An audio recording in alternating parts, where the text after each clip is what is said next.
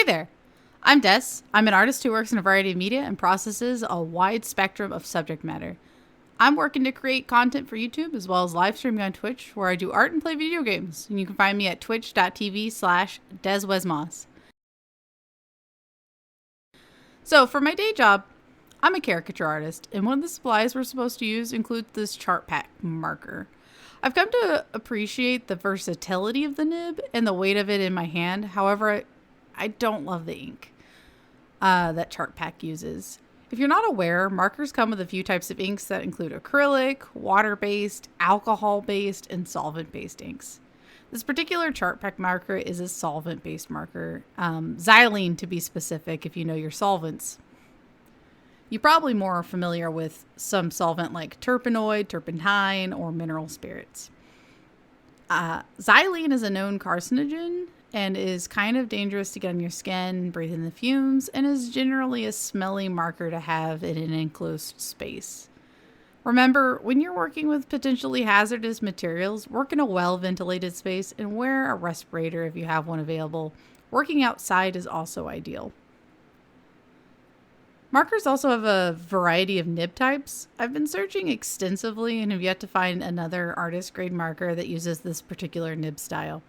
The runner-up is your typical Crayola or other brand student-grade marker.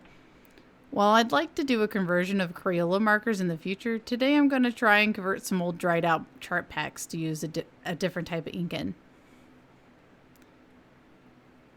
To start, I soaked the nibs in mineral spirits to try and pull out any remaining ink. After that, I used a paper towel to try and squeeze any remaining fluids out. Additionally, I mostly unsuccessfully attempted to dry them out a bit using a blow dryer to encourage the remaining solvent to evaporate.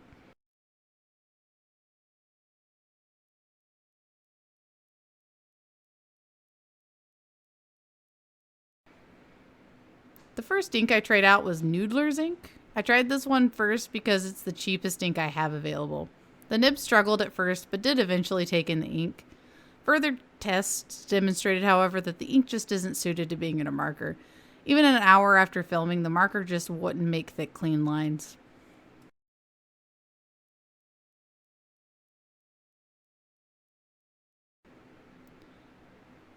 Next up is my favorite ink to have around, Carbon Black. This ink is water resistant once it dries fully and boasts being archival.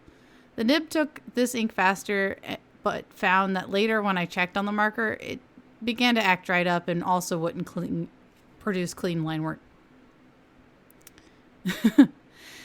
Why in the world would I want to convert my Chartpak markers? I find that their name brand ink refill is impossible to find. I've been looking everywhere and I just cannot find it. Other solvent-based markers don't seem to exist, or if they do, they don't provide their ink sold separately, so I can't even substitute that in my markers. If you have a source for such a supply, I'd love to link in the comments. Otherwise, I'm just not keen on continually exposing myself to these materials that are in these markers. While I could wear gloves while working, that gets uncomfortable after a while. My next experiment is to order some Crayola marker factory pack and see if I can't fill those with a nicer ink. Otherwise, I might try converting a cheap pack I can find at the dollar store.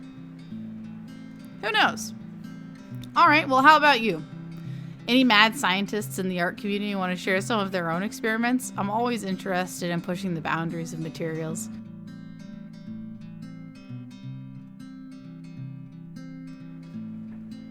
Hi, I'm Des. If you liked today's video, remember to like, subscribe, and follow. And hit that alert bell so you get active updates when I post new content. Remember, you can follow me on Twitch and get live content at DesWesMoss. Otherwise, you can find me at these various social medias and follow the links in the description.